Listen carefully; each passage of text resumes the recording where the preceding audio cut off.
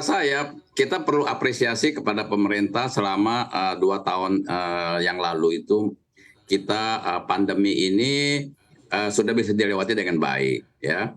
Dan menurut research daripada seluruh dunia, Indonesia ini adalah salah satu yang terbaik ya, baik pertumbuhan ekonominya maupun inflasinya.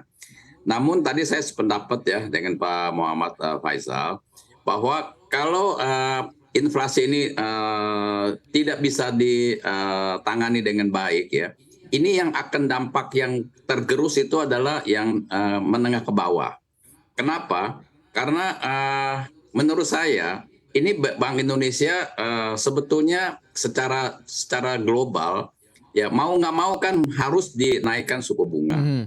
Tetapi tentu harus berhati-hati, tidak bisa secara signifikan.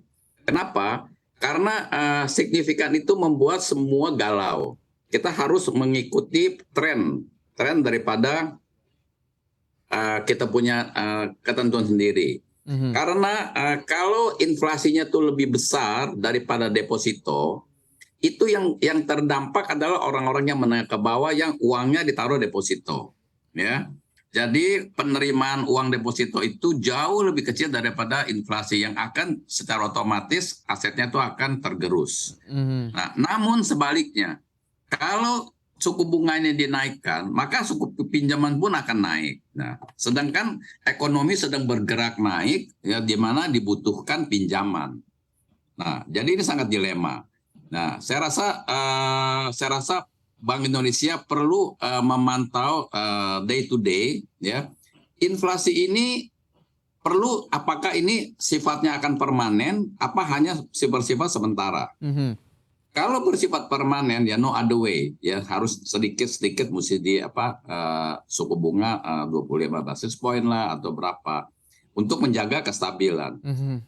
Inflasi ini tidak selamanya tuh jelek gitu, ya. Karena negara yang deflasi itu nggak ada pertumbuhan ekonominya.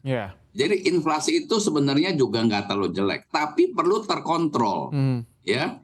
Karena dengan adanya inflasi, maka pertumbuhan ekonomi juga akan mengimbangi, dan banyak pengusaha yang kalau dengan adanya inflasi, mereka tuh banyak yang punya uang segala, mereka tuh malah mereka tidak mau ditidurkan gitu. Oke, Pak. Itu uang disekolahin. Iya, Pak Suryadi, Gitu. saya garis bawahi tadi Anda mengatakan kalau memang angka inflasinya yang tinggi berarti Bank Indonesia harus mulai mengerek suku bunga acuan. Kalau Bank Sentral Amerika Serikat sudah 2 kali menaikkan suku bunga acuannya sehingga spread antara suku bunga The Fed dengan suku bunga BI itu sudah sangat kecil yang mengundang capital outflow tentunya. Nah, Anda melihat kalau memang Bank Indonesia Anda mengatakan harus menaikkan suku bunga acuan lagi secara gradual, tidak boleh secara langsung, 25 basis point di bulan Agustus ini memang harus menjadi pilihan Bank Indonesia?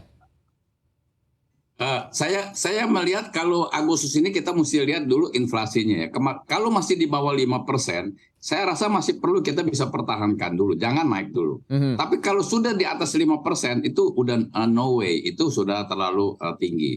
Ya harus sedikit di adjust. Kalau Amerika, mereka itu sudah di dalam sejarah ya, itu 9%, itu dalam sejarah dia terburuk gitu. Oke, ya. berarti Apalagi tren Amerika itu tahun depan tuh lebih jelek sebetulnya ya. Ya, ini terbukti dengan beberapa order yang tahun 2023 itu sudah banyak yang di-cancel atau dikurangin 30-40%. Sepatu dan lain-lainnya. Mereka sudah memprediksi itu kurang baik.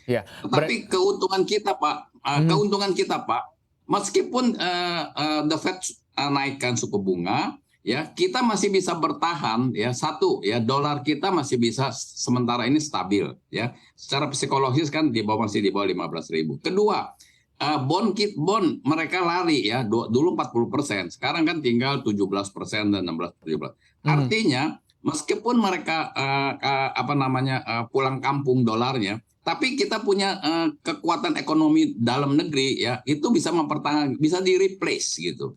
Nah, ini juga menandakan ekonomi Indonesia ini tuh baik gitu. Kalau saya sih sangat optimis gitu ya.